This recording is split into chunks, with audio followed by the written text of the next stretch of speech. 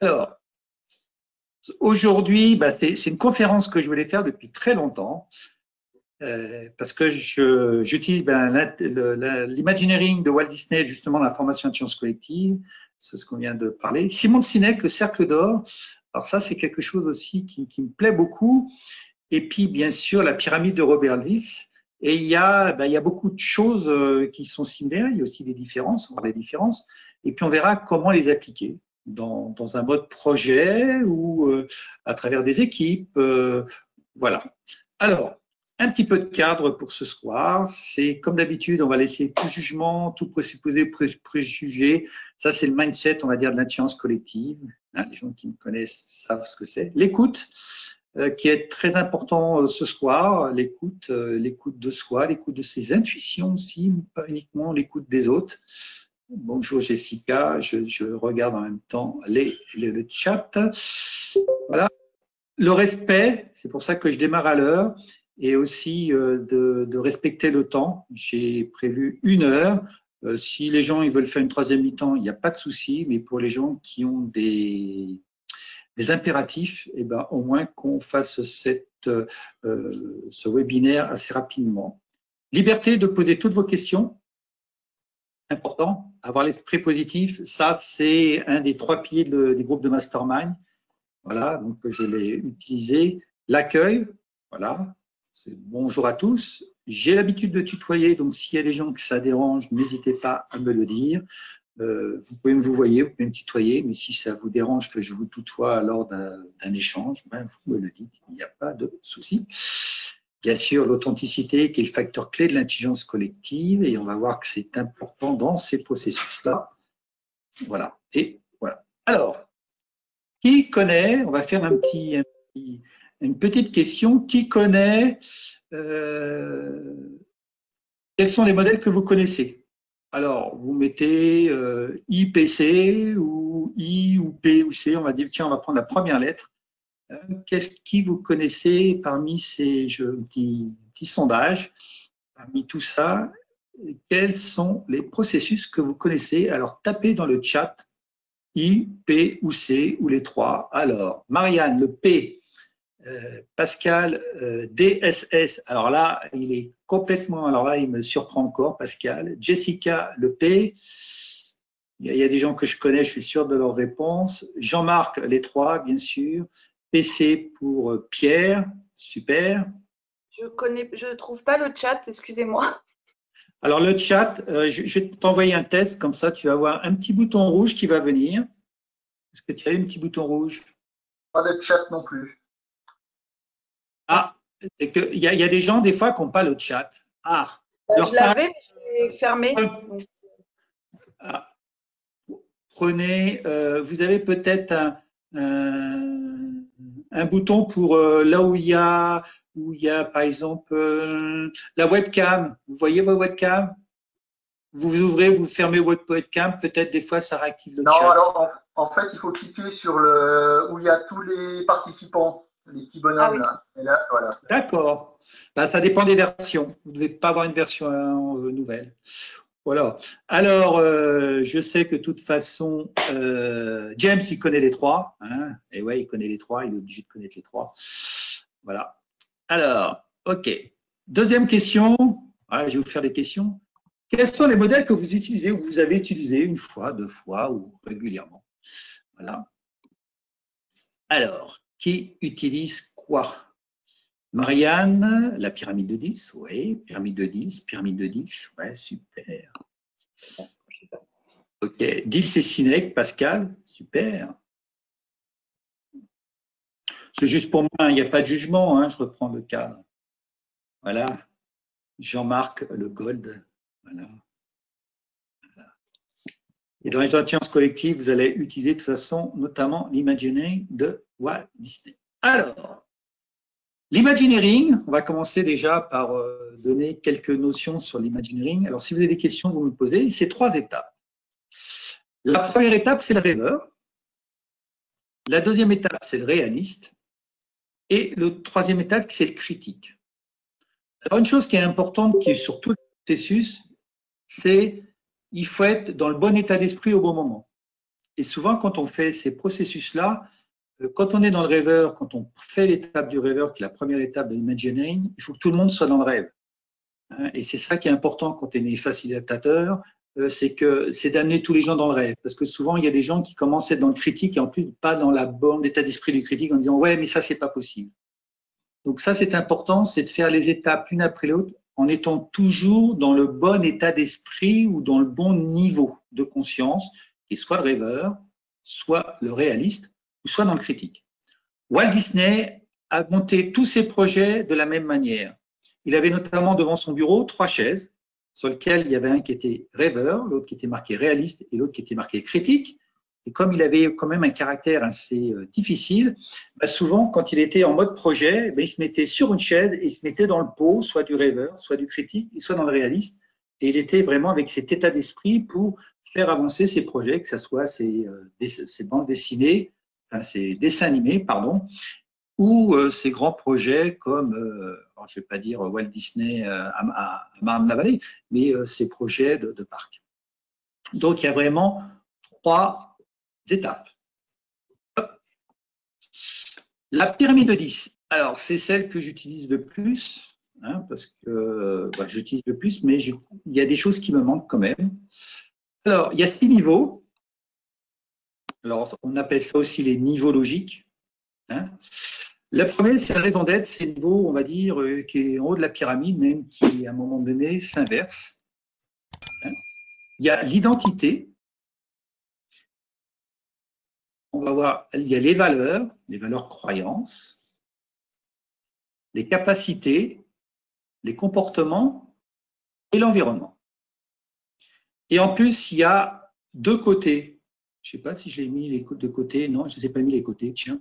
Mais bon, il y a 2 côtés en plus que nous verrons où il y a le côté extérieur, intérieur d'un projet, d'une personne, d'une organisation. Enfin, il y a 2 côtés. Il y a le côté je, si c'est par exemple, je prends ma pyramide à moi, il y a le je qui est de côté. Alors, si vous regardez l'écran à droite, je regarde bien, attention, et il y a le côté autre, le vous, qui est à gauche de la pyramide. Une chose importante, et très importante, c'est le cœur qui est au centre de la pyramide. Voilà, le cœur là. Le cœur, parce qu'en fonction de si on est une personne, on va plus travailler la passion, c'est plus une organisation, on va plus travailler l'intention d'un projet. Et donc ça, c'est quelque chose d'important parce que notamment dans les groupes de mastermind, je pars toujours des passions des personnes et ça, c'est quelque chose souvent qui est négligé et c'est très important quand on va aligner notamment de faire ce travail sur les passions. Voilà. Donc, pyramide de 10, 6 niveaux. La raison d'être, c'est vers où je veux aller, ou pour quoi, ou pour qui. L'identité, c'est le qui je suis, ou voilà. Les valeurs, c'est pourquoi, qu'est-ce qui est important pour moi, ou pour l'organisation. Hein. Je vais dire pour moi, comme ça, ce sera plus simple. Les capacités, c'est quelles capacités je dois avoir ou mettre en œuvre pour commencer à faire tout cela.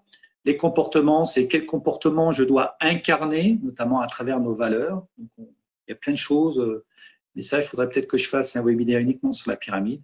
Et bien sûr, dans l'environnement, quel est l'environnement idéal dans lequel je veux évoluer. Le cercle d'or de Simon Sinek ou les 3 W. On ne peut pas chercher les 3 W, mais vous allez voir, ils y sont quand même. Alors, il y a 3 étapes aussi, ou 3 cercles. J'aurais dû mettre 3 cercles. Le why, le pourquoi, le sens. Il y a le how, le comment, le processus. Alors, là, il faudra faire attention parce que moi, je me suis souvent mal compris avec le cercle de Simon Sinek. Donc, on verra parce que là, il y a des subtilités à avoir. On va les voir tout à l'heure.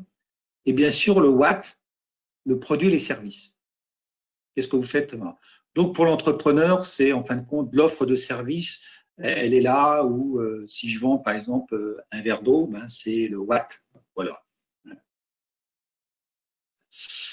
Alors, au départ, c'est quoi les choses qui le ressemblent? Eh bien, il y a le sens.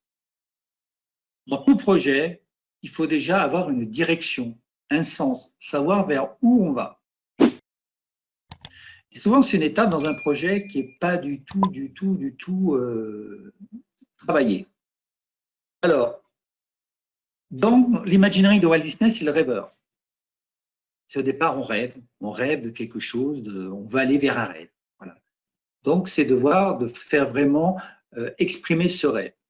Alors, il y a différentes manières de l'exprimer, mais c'est vrai qu'avec l'approche de générativité, on va plus utiliser des intuitions comme l'intuition ou l'émotionnel.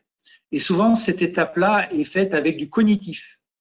Et là, hier, il y avait en plus une séance de créativité avec Françoise, notamment avec Imagine, un groupe qu'on a monté avec, notamment, il y a James qui est là, et puis il y a Jean-Marc, où là, c'est vraiment important. Donc, c'est une séance de créativité où il faut vraiment lâcher le cognitif et utiliser vraiment des intelligences de créativité, le cerveau droit, l'émotionnel, l'intuition, et être vraiment dans un état d'esprit pour pouvoir y arriver. Et quand on y est, et qu'on monte un projet à plusieurs, il y a des choses un peu magiques qui se passent. Et ça, c'est vraiment très intéressant et pour vraiment rêver. Voilà.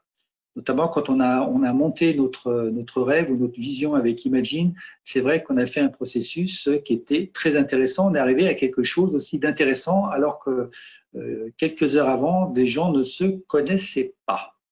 Et c'est ça qui est aussi intéressant. La pyramide de 10, en haut, c'est la raison d'être.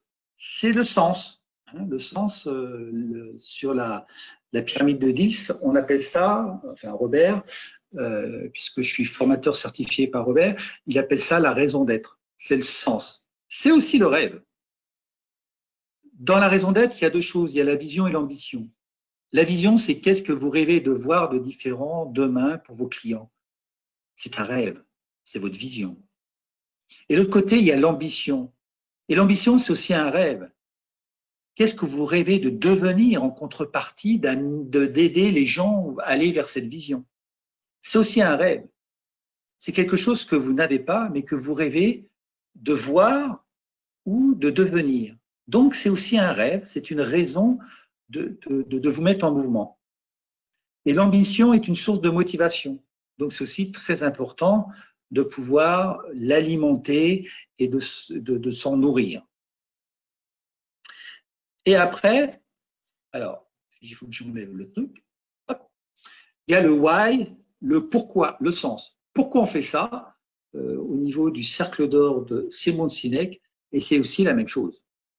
Donc, que ça soit dans l'imagineering, que ça soit dans la pyramide de 10, ou que ça soit dans le cercle de Simon Sinek, il y a une chose qui est très importante, c'est la raison d'être, la direction, le sens.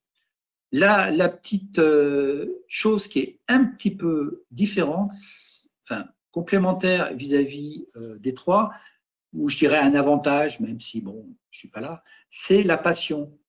Et la passion, ça donne vraiment une direction, parce que la passion, c'est ce qu'il y a au centre de vous, c'est vraiment ce qu'il y a dans vos tripes. Et le sens, c'est ce qu'il y a de plus loin. La vision, c'est le point le plus éloigné, alors que la passion, c'est le point le plus près de vous, puisqu'il est à l'intérieur de vous. Et quand vous reliez la passion et la vision, imaginez que vous avez un fil virtuel entre la passion et la direction, et bien vous avez vraiment un sens qui est vraiment tracé.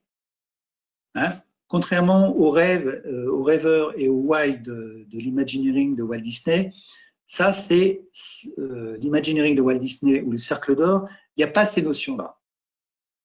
Donc, c'est pour ça que quand je veux tracer vraiment une direction, un sens, je pars des passions, donc avec un processus de générativité, et après la vision, j'utilise un petit peu la pyramide de 10 et puis un petit peu l'imagineering, en fonction de comment les gens ils sont plus à même de pouvoir exprimer une vision.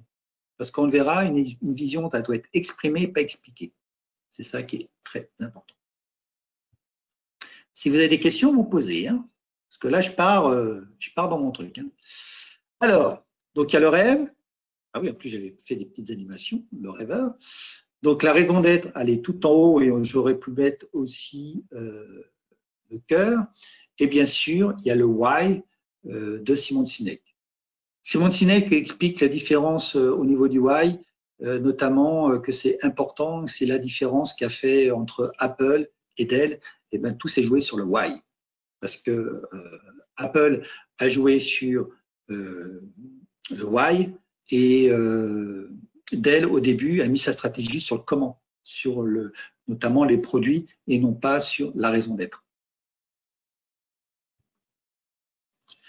Alors, donc le réaliste, les missions, les capacités. Alors, le quoi. Une fois qu'on a déterminé une direction, la deuxième étape, c'est de donner les grandes étapes.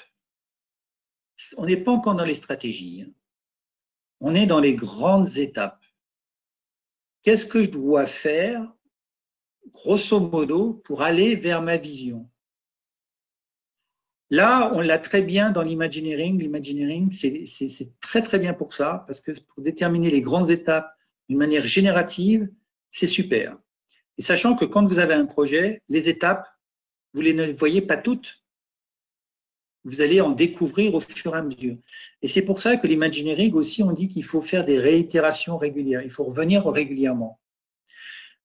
Imaginez que vous avez un projet. Un projet, c'est comme si vous étiez en voiture, conduire une voiture la nuit avec les phares allumés. Les phares, ils vont vous éclairer, je ne sais pas, 100 ou 200 mètres. Et au fur et à mesure que vous allez avancer dans votre projet, vos phares vont éclairer des nouvelles étapes.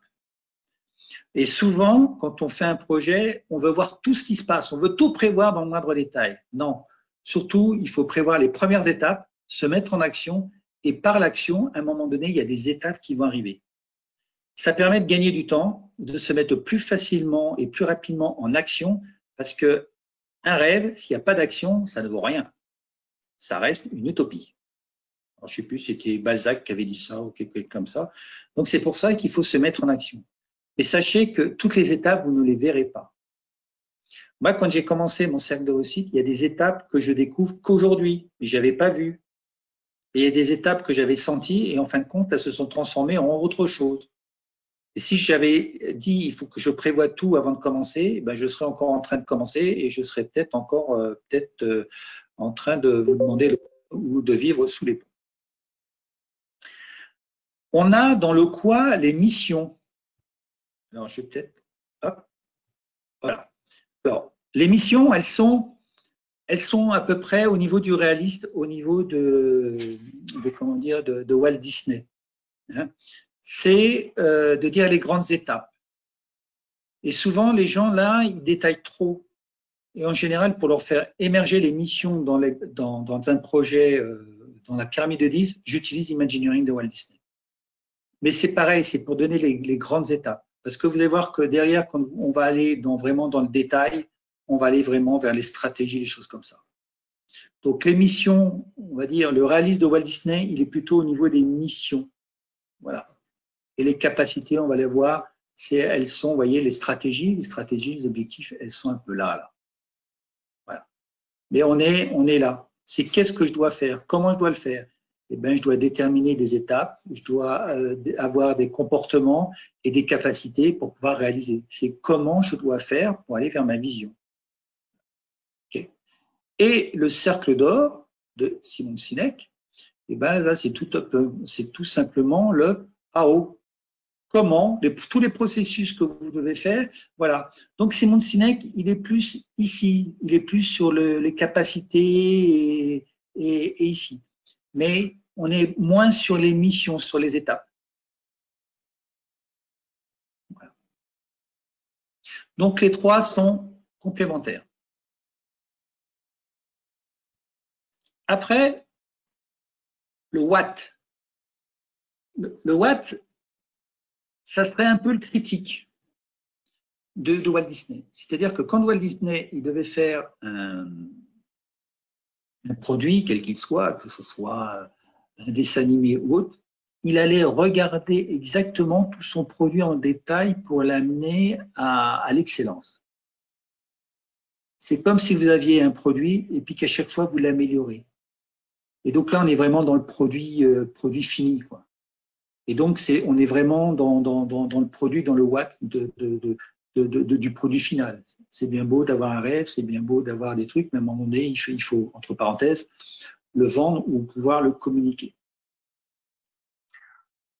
Dans la pyramide de 10, pour moi, je ne vois pas trop le produit. On est un peu dans l'environnement, mais le produit en lui-même, il n'est pas forcément là, même s'il est sous-jacent. Et pour moi, le produit, il se trouve, et j'ai pensé tout à l'heure en faisant la cuisine, que le produit sera entre la vision et l'environnement. Il y aurait une case là, je n'ai pas dessiné, c'est-à-dire qu'entre la vision qui est destinée à vos clients, on fait une étude de marché, et l'étude de marché, on va donc connecter l'environnement, on va aller interviewer l'environnement, et à partir de là, tout ce travail-là va déterminer un produit. Donc, vision qui va être pour les clients, on va faire une étude de marché. Avec cette étude de marché, donc on va questionner l'environnement, et à partir de là, on va pouvoir créer un produit. Et on va voir quelles sont les capacités qu'on va avoir, quel comportement on va avoir pour justement mener à bien ce produit, hop, sans trahir nos valeurs. Donc après, on remonte la pyramide et puis on s'aperçoit qu'on peut… Mais le produit, je ne peux pas dire que je l'ai vraiment identifié. Par contre, dans le cercle d'or de Simon Sinek, c'est très clair, c'est le what. Le produit, il est là. Donc maintenant qu'on a vu les trois, on va voir comment les utiliser. Alors, l'imagineering, on va commencer à faire l'étape du rêveur.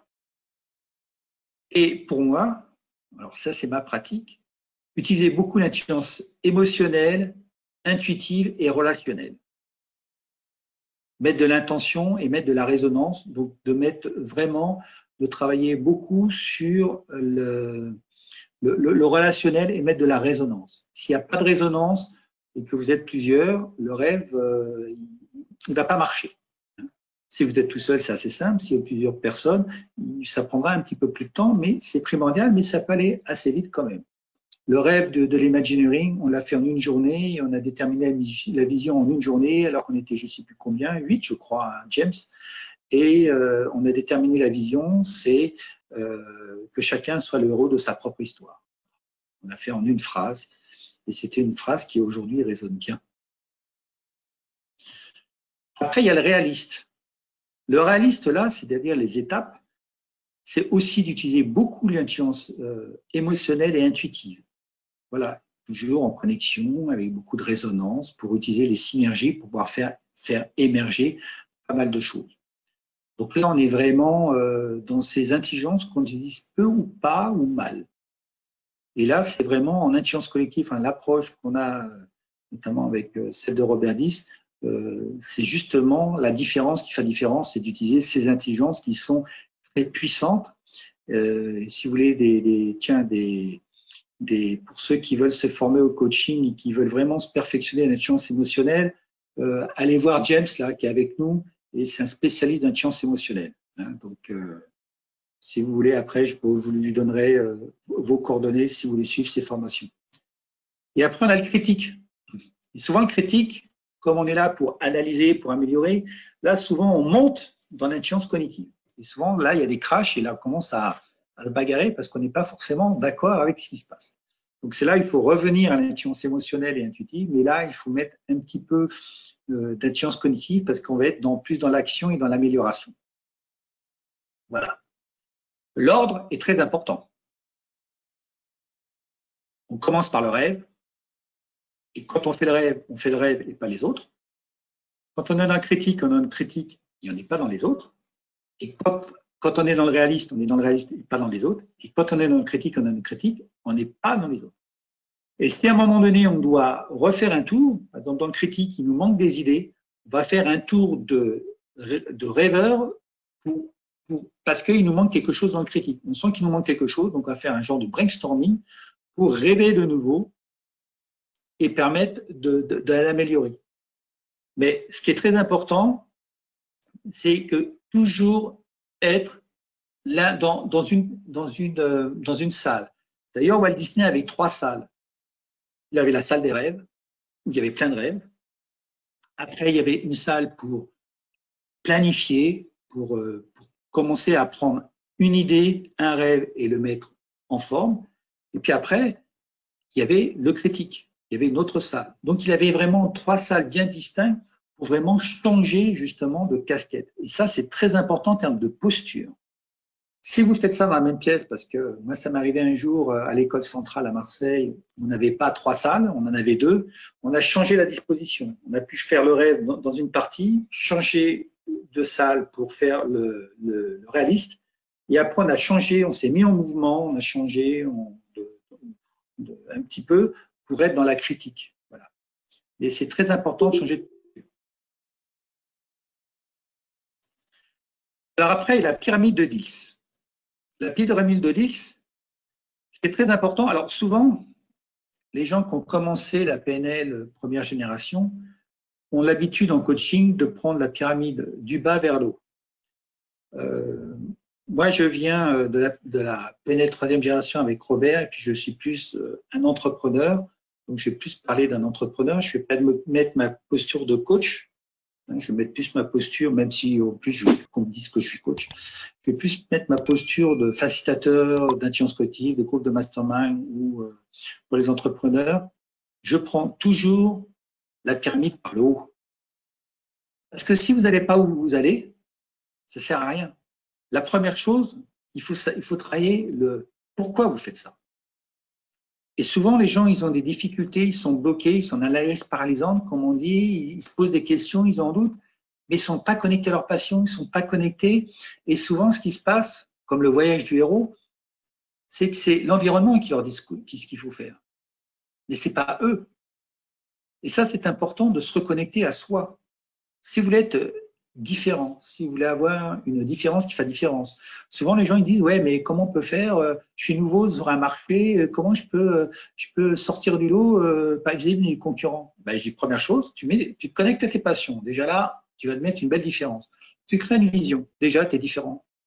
Et tu sais où tu vas. Et maintenant, tu n'as plus qu'à tracer. Et quoi que te dise l'environnement, tu traces. Parce que tu es clair, tu sais d'où tu pars, tu sais d'où tu vas. Tu as commencé à faire ton projet et là, tu peux y aller.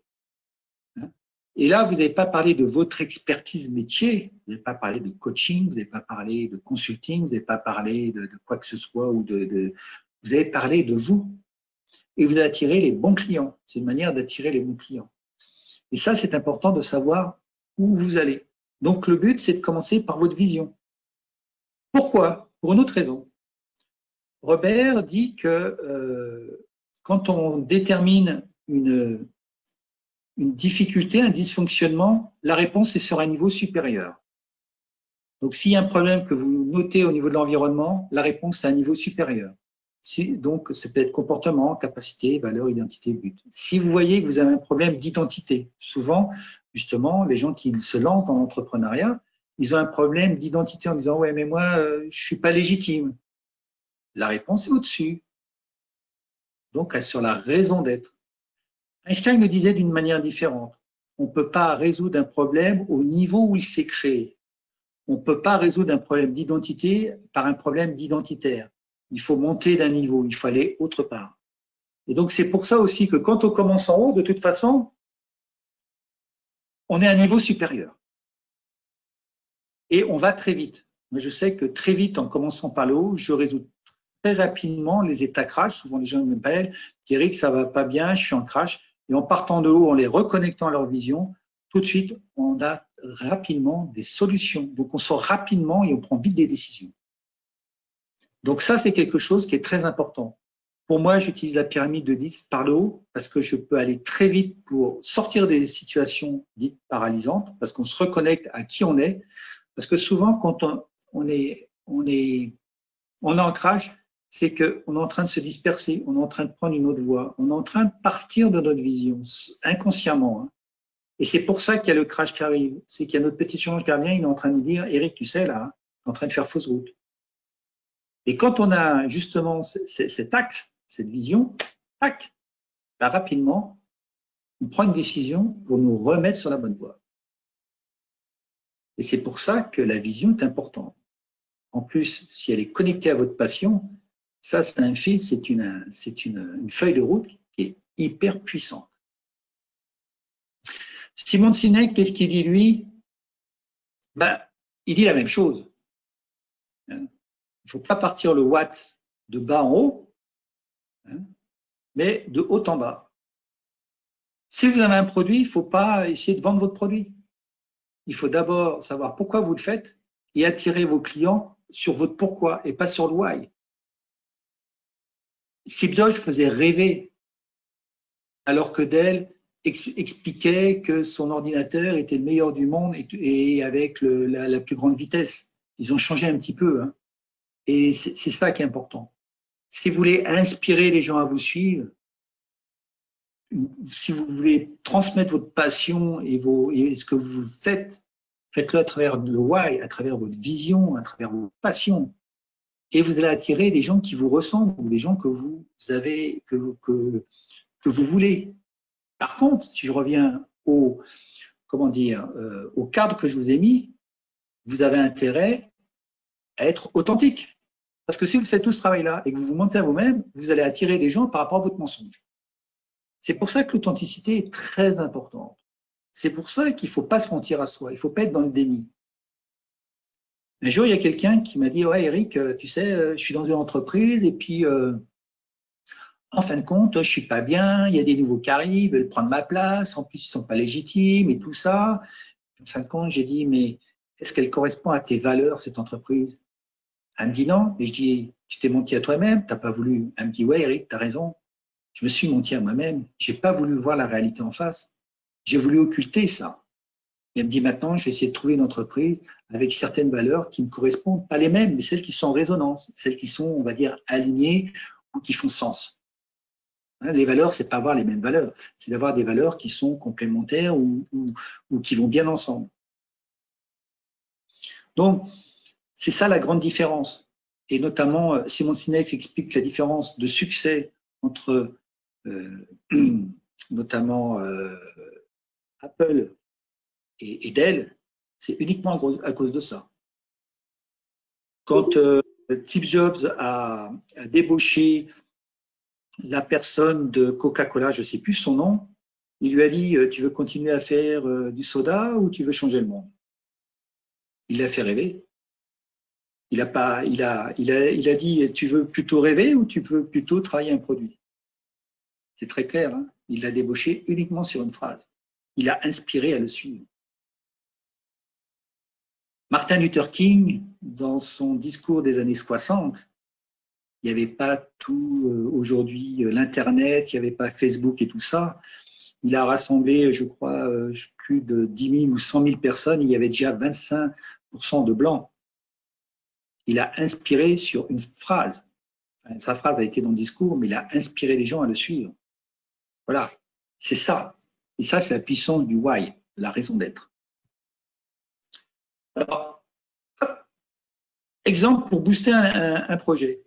Alors, posez vos questions, hein, pour ceux qui viennent d'arriver. Je sais qu'il y a des gens qui sont arrivés, j'ai pas eu le temps. Par exemple, booster son activité.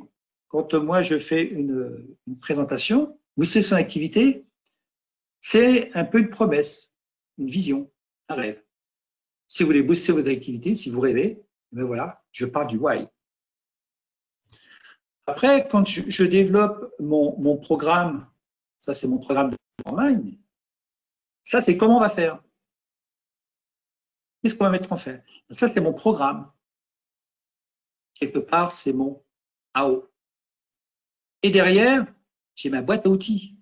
C'est vraiment l'outil, c'est vraiment ma boîte, c'est vraiment mon produit. Derrière, c'est tous mes outils, tous mes ateliers. Ça, c'est le what. Donc là, c'est un travail que j'ai fait, parce que je ne savais même pas que je le faisais, je l'ai fait inconsciemment. Mais là, il y a les trois étapes. Au départ, j'attire les clients sur le why. Je leur dis pas que je vais leur vendre ma masterbox. Encore la masterbox, elle est encore un petit peu, elle est encore travaillée là. Je ne sais pas ce qu'il y a dedans. Mais il y a un petit peu un rêve là-dedans. Il y a un petit peu un teasing. Mais je les ai à dire, si vous voulez booster votre activité, si c'est OK, ils vont venir. Si c'est pas OK, ils vont pas venir et tant mieux. Parce que moi, je veux booster l'activité des entrepreneurs. S'ils veulent faire autre chose, ils vont voir quelqu'un d'autre. Mais je ne vais pas leur vendre quelque chose qu'ils n'ont pas besoin. J'en ai un autre. Accélérer votre réussite. Là, c'est pareil. Accélérer la réussite, c'est aussi une promesse. C'est un why. Derrière, si vous voulez choisir et voir un petit peu les programmes, vous avez le how qui est derrière. Et seulement après, voilà, vous avez le what, c'est-à-dire le produit en lui-même. Mais la première chose, c'est que j'ai une promesse qui est très claire, c'est accélérer la réussite. Les gens qui ne veulent pas accélérer leur réussite, ils ne viennent pas et c'est tant mieux. Parce que c'est fatigant, parce que c'est difficile. Cela, je ne les veux pas. Je veux attirer des clients qui me ressemblent, des clients qui, voilà. La Booster Day, ça c'est une journée que j'ai parlé tout à l'heure avec, j'ai plus son prénom, c'est Jessica, je crois. Ah, j'ai perdu son prénom. Voilà, la Booster Day, c'est accélérateur vos projets. Derrière, il y a le how, si vous voulez savoir ce qu'il y a dedans, vous pouvez télécharger le programme. Et derrière, ben, vous avez le what. Mais pour un projet, pour monter mon entreprise, j'ai fait exactement la même chose. Alors, pas tout de suite. J'ai fait des erreurs parce qu'au départ, j'ai fait le what. Je voulais vendre un produit. J'ai mis du temps à chercher un produit, à faire un produit. Puis quand j'essayais de le vendre, mais il ne se vendait pas. Donc, j'ai procédé à l'inverse. C'est que depuis plusieurs années maintenant, j'ai fait une vision. Et à chaque fois que je veux faire un produit, je vais voir mes clients. Donc, j'ai sélectionné les clients que je veux. Je vais faire une étude de marché et je crée un produit en fonction de ce qu'ils veulent. Et au lieu de vendre mon expertise métier, je leur apporte une solution. Et c'est ça toute la grande différence qui fait la différence. Je pars du why et pas du what. J'essaye pas de leur vendre un comment parce qu'à la rigueur, le comment, des fois, ils s'en foutent. Il y a souvent des gens qui sont venus dans mes formations, ils me disent, je sais pas, on te suit, mais on sait pas pourquoi. N'est-ce pas, James ou Jean-Marc? Souvent, ils m'ont suivi, ils savaient pas pourquoi. Parce que je les ai inspirés par un why. Et en fin de compte, c'était les bonnes personnes. C'est les personnes avec qui je voulais travailler. Parce qu'il y a quelque chose qui a résonné dans l'état d'esprit, dans les valeurs, dans les choses comme ça. Dans les choses qui sont en haut de la pyramide de 10. Et ça, c'est quelque chose de très important. Si les gens, vous n'arrivez pas à vous diversifier ou à vous différencier, hein, il y a comment il s'appelle, notre catalan sur lequel j'ai pas mal Pascal. Hein.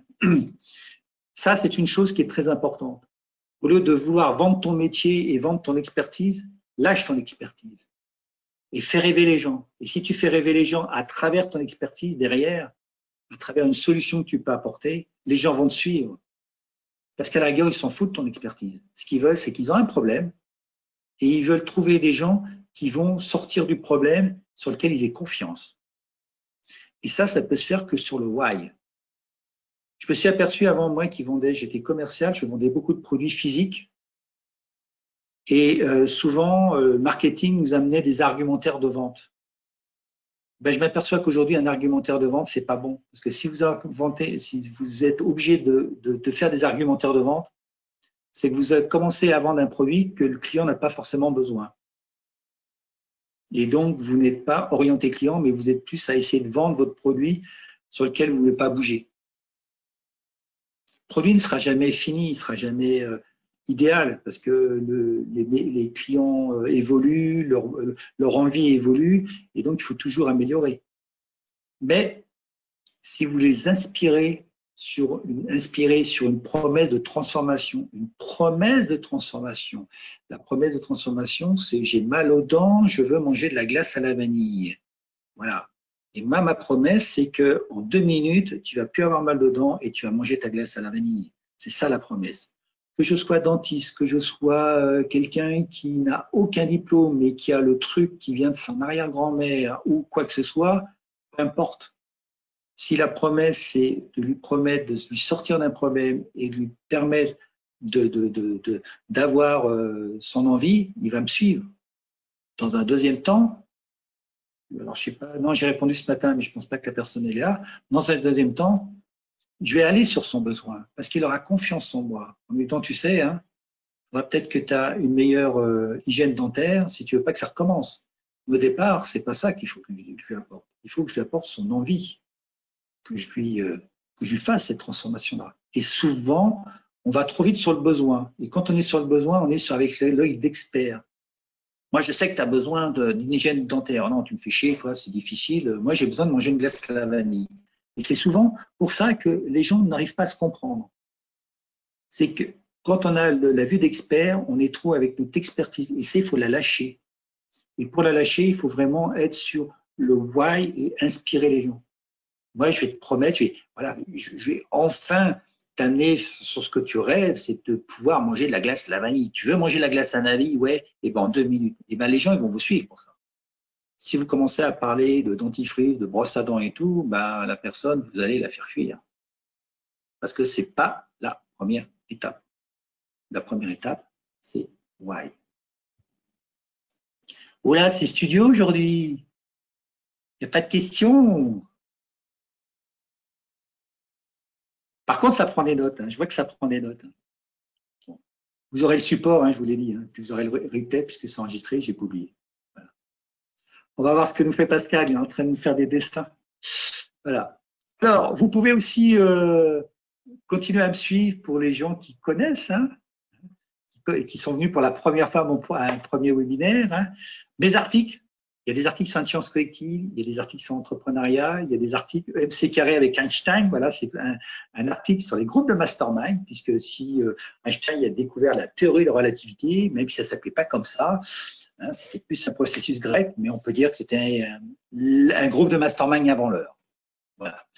Il y a aussi tous mes événements. J'ai fait plein d'événements, donc c'est vrai que pour montrer que je fais des choses, que ce n'est pas que de la théorie, c'est que je fais beaucoup de pratiques et beaucoup d'expériences et beaucoup de modélisation, un terme qui plaît beaucoup à Jean-Marc, voilà, qui bien sûr est un pro aussi de la modélisation, c'est James, puisqu'il est plus avancé que moi sur la PNL. Voilà.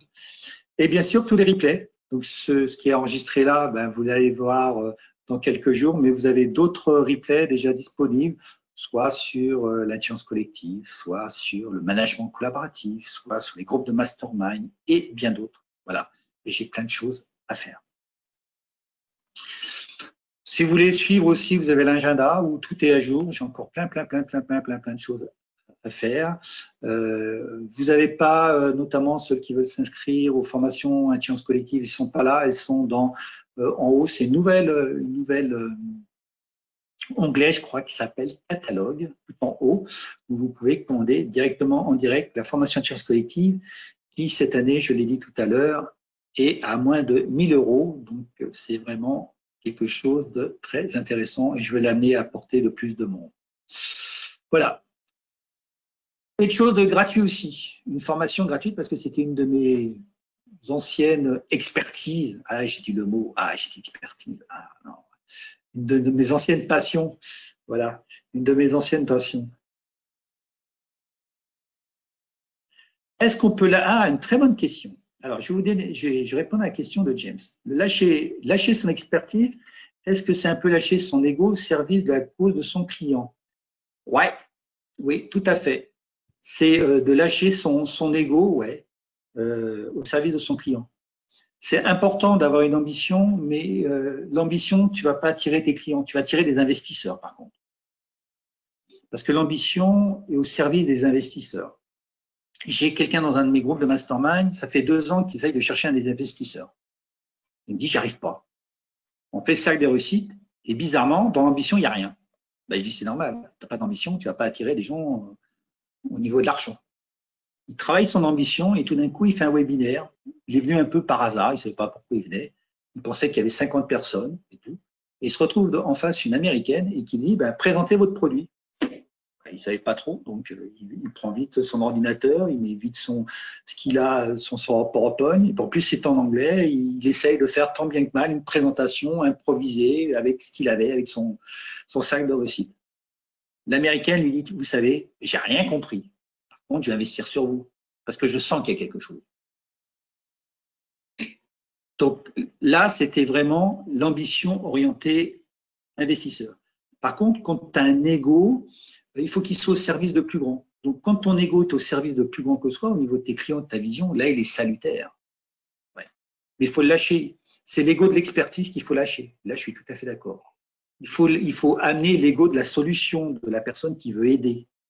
Et pas, voilà. C'est subtil, hein.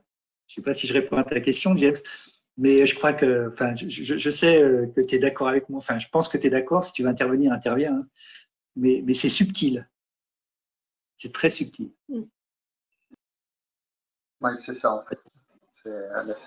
C'est comment on met son ego au service d'une cause ou d'un client et arriver à être concentré sur lui et pas sur soi. Ouais. Être centré autant sur soi que sur l'autre pour qu'au niveau de l'intention, tu sois en résonance. Ouais. Il faut être centré sur les deux. Hein. Parce que souvent en coaching, centré sur le client, non, il faut être centré sur le client et sur soi. Sur soi, oui. Les deux à la fois, en même temps. C'est utiliser son ego à bon escient, quelque part. Oui, tout à fait. C'est vrai que c'est long à comprendre ça et à travailler. Hein. Ça prend un peu de temps, mais c'est vrai que c'est intéressant. Il faut être vraiment dans une chance émotionnelle là, et intuitive. Il faut être les deux. Intuitive, ouais. Il faut être dans le champ, hein, comme on dit. Hein. Oui. Ceux qui font l'intelligence collective, ils verront ce que c'est le champ, la puissance du champ. C'est waouh. C'est le waouh. Voilà. Ouais. Donc, oui, une question? Non? OK. Donc, une formation complètement gratuite, elle est encore gratuite, donc profitez-en, bouffez-la, transmettez-la. C'était quelque chose que je faisais aussi avant. Maintenant, j'en fais plus un business et j'ai dit, ben, je vais quand même le transmettre d'une manière gratuite. C'est l'art de la communication. C'est toute l'approche que j'ai fait avec Jung, moi, qui m'a passionné et qui aujourd'hui, j'utilise même des choses de Jung dans la formation de sciences collectives, notamment la notion de polarité. Pas mettre les choses notamment en opposition, mais en complémentarité, c'est la polarité de Jung. Pas mettre l'ambition en opposition avec la vision, mais en complémentarité, mettre la mission en complémentarité du rôle, etc., etc. Donc j'aime beaucoup ça. Donc il y a les fondamentaux de Jung. Après, il y a la manière de communiquer avec les énergies, les couleurs. Pour ceux qui ont des enfants, ils comprendront pourquoi ils n'élèvent pas leurs enfants de la même manière, parce que ça s'explique, hein, tout s'explique. Alors, pas tout dans le comportement, c'est un des niveaux de la pyramide de 10, hein, mais ça explique beaucoup de choses. Puis pour ceux qui veulent justement être dans la vente, eh bien, ils verront qu'il y a des stratégies à mettre, et des fois, ben, il n'y a pas une manière de vendre, une manière de communiquer dans la vente, il y en a 4. Et c'est vrai que moi, j'ai un de mes gars que j'ai formé dans mes groupes de mastermind, un de mes mastermindiens. Je peux vous dire qu'aujourd'hui, il utilise ça et c'est un régal. Il se fait plaisir, justement, maintenant, à vendre ses produits. Et pour ceux qui sont plus dans le management d'équipe, eh ben, il y a l'art et la manière de manager justement une équipe grâce justement à l'approche de Jung. Et vous allez voir, il y a des choses très, très, très simples qui sont hyper puissantes. Donc, c'est gratuit. Voilà, la seule chose en contrepartie, abonnez-vous à ma chaîne YouTube et puis likez si vous aimez. Voilà, et puis mettez surtout des commentaires. Voilà. Alors, ce que je vous ai réservé. Ouais, j'ai bien rigolé un petit peu. Le prochain webinaire aussi, il faut parler du pont sur le futur. Hein, il faut que je vous fasse rêver. Hein. Et là, c'est justement Pascal, tu vois, j'avais oublié d'appuyer sur le bouton enregistrement, ben, je suis obligé de la refaire. Ben, c'est tant mieux parce qu'il y a des gens qui m'ont dit qu'ils n'avaient pas pu la voir et qui voulaient la voir. C'est comment justement vendre son expertise en répondant aux besoins clients. Alors, comme je dis, là, c'est pas mon rôle, mais il y a deux petits pièges. Vous avez déjà une petite réponse. On parle d'expertise, il ne faut pas vendre son expertise, il faut vendre autre chose. Et puis, il ne faut pas répondre aux besoins du client, il faut répondre à son envie.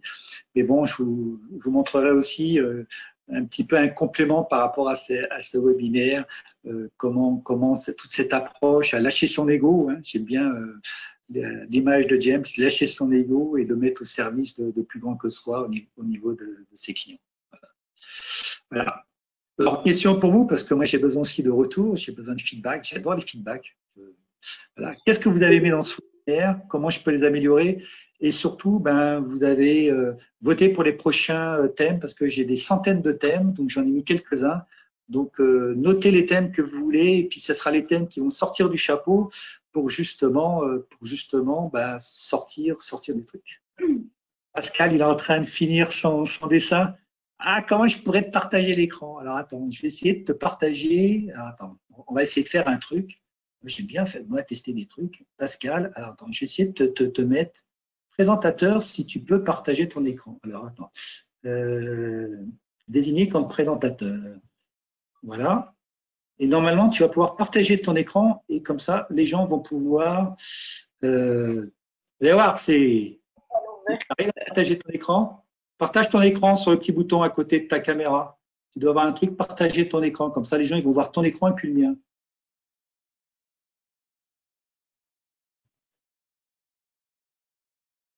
Ah. Vas-y, partage ton écran. Tu y arrives ou pas? Et il nous a fait une facilitation graphique. En attendant, et en plus, tu y arrives ou pas? Non? Est-ce que tu… Alors vas-y, mets-la devant ton… Ah. Non, mets-la devant ta… Non, partage pas ton écran, excuse-moi. Non, il faudrait que tu te mettes… non, pour partager ton écran, il faut qu'il soit scanné. Tu l'as fait à la main. Eh ouais, excuse-moi. Excuse-moi. Alors, de toute façon, elle sera mise. Est-ce que tu peux avancer? Alors, attends, descends, avance. Attends. Voilà. Et vous le verrez, hein, vous l'aurez tous, hein, puisque moi je vais m'en resservir parce qu'il m'autorise à le servir.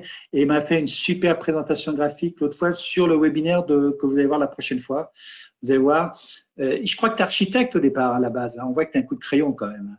Hein. Beaucoup de crayon. Hein. Plus tu as une belle manière comment dire, d'exprimer justement les idées. Et je trouve que tu as… Quand on est en webinaire, pour applaudir, on fait ça. Vous voyez, on utilise l'intelligence somatique. Donc, si vous êtes content, il faut l'applaudir, il faut agir les mains. Voilà, ça c'est génial. Voilà, c'est une manière aussi d'utiliser l'intelligence somatique qui est la plus puissante. Hein. Enfin, ah, puis t'en as même deux, mais c'est fabuleux, c'est fabuleux. Voilà. Et puis il y a les chats. Moi aussi j'ai mon chat. Ouais, c'est super.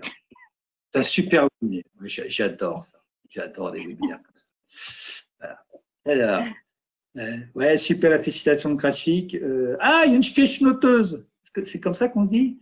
Tu n'as pas fait une sketchnote, Evelyne? Hein? Une sketchnoteuse. Ah, c'est génial. Il y a de plus en plus de c'est super, c'est super. Hein? Hein? Donc, pour ceux hein, qui veulent aussi un petit peu se connaître, c'est une manière de faire une facilitation graphique. Moi, je les mets sur mon site, je les partage, je parle de vous, donc c'est une manière. J'ai quand même plus de 20 000 personnes dans mon réseau, donc c'est une manière aussi, voilà. En plus de faire la facilitation graphique, la tête à l'envers. Ah ouais, non mais il est très fort, hein, il est très fort quand même Pascal, parce qu'il est capable de faire de la facilitation graphique à l'envers. Ouais, c'est… Au départ, je croyais qu'il était, tu sais, en Australie, mais non, il était en pays catalan. Voilà. Il est renversant, cet homme, il est renversant. Alors, vous aurez le support. Ah, il est 57, putain, je deviens bon. 57, vous pouvez toujours poser vos questions pour ceux qui le veulent et qui veulent rester, il n'y a pas de souci, mais pour ceux qui ont des obligations, vous aurez de toute façon mon support, mes coordonnées, il y a plein de choses, donc n'hésitez pas. Et puis, j'espère à un prochain webinaire. Voilà. Jessica, aimez la fluidité de ton interview. Merci. Les Catalans font rien comme les autres. Ben ouais, bon, on voit ça. Hein. Voilà. Hein. Les Catalans. Voilà. Hein. Voilà. Ah.